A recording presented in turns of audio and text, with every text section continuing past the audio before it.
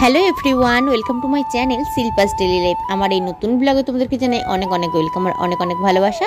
তো সকালবেলা একবারে স্নান টান কমপ্লিট করে এখানে ফুল তুলে নিচ্ছি। তো গাছটাতে বেশ কয়েকটা ফুল হয়, মানে যে কটা ফুল ফোটে আমার প্রত্যেক দিনে পুজো করার মতো হয়ে যায়। তো সেই কারণে ফুলগুলো তুলে নিলাম। আর এই যে শাশুড়িমা বলছিল যে আমার বড় যাও গাছ লাগিয়েছে, তবে আমারটা সাদা নয়নতারা আর জায়েরটা হচ্ছে গোলাপি কালারের নয়নতারা ফুল। বলছি বেশ ভালো লাগে কালারিং ফুলগুলো। তো তারপরে দেখো এখানে আমি চলে আসলাম রান্নাঘরে। বাপি মায়ের তো আগেই চা খাওয়া হয়ে গেছে, ওনারা দুধ চা খায় আর আমি আমার জন্য একটু লিকার চা বানিয়ে নিলাম। তো চলো এবার একটু রিল্যাক্স করে চাটা খাই, তারপরে রান্নার দিকে যাব। আর এখানে দেখো আজকে রান্না করেছি কুমড়ো ফুলের বড়া, একটু পোস্ত ছড়িয়ে করেছি, বেশ ভালো লাগে খেতে। আর দেওয়ার এদিকে এনেছিল ইলিশ মাছ, ইলিশ মাছের তেল দিয়েই তো আমার সম্পূর্ণ ভাতটা খাওয়া হয়ে যাবে, সেই কারণে আর কিছু তরকারি বানাইনি। এদিকে একটু চিংড়ি মাছ দিয়ে টক বানিয়ে দিয়েছি, শাশুড়ি মা আরে ভাত খাবে। আর এখানে পটল সেদ্ধ আলু সেদ্ধ করেছি। আর দেওরের আজকে আছে একটা নিমন্ত্রণ বাড়িতে খাবে না।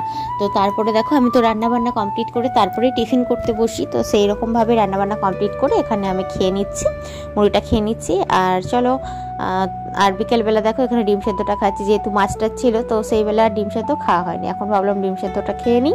তো চলো এটা খেয়ে নিলাম।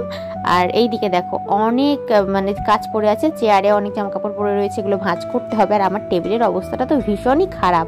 ভাবলাম আজকে আমি এটাকে গুছাবো, দেখতে একদমই ভালো লাগে না, ভীষণই মানে হঠাৎ করে কেউ চলে আসলে ভাববে যে কিরকম করে রাখে বাড়িটাকে, এরকম একটা ব্যাপার আর কি। আমি রুমটা পরিষ্কার করবো বলে আসলাম, মানে গুছাবো ভাবলাম, আর আমার খিদেও পেয়ে গেছে। এই যে দেখো এখানে আলু চচ্চড়ি আর কুমড়ো ফুলের বড়া ছিল, এটা দিয়ে মুড়িটা খেয়ে নিচ্ছি। খেয়ে দিয়ে তারপরে এটা কমপ্লিট করে তারপরে আমি ঘুমাবো।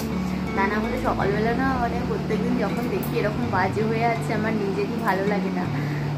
গুছানো থাকলে তবে মাইন্ডটা ফ্রেশ থাকে, খুব ভালো লাগে। তো ভাবলাম গুছিয়ে তারপরে ঘুমাবো, আগে আপাতত খেয়ে।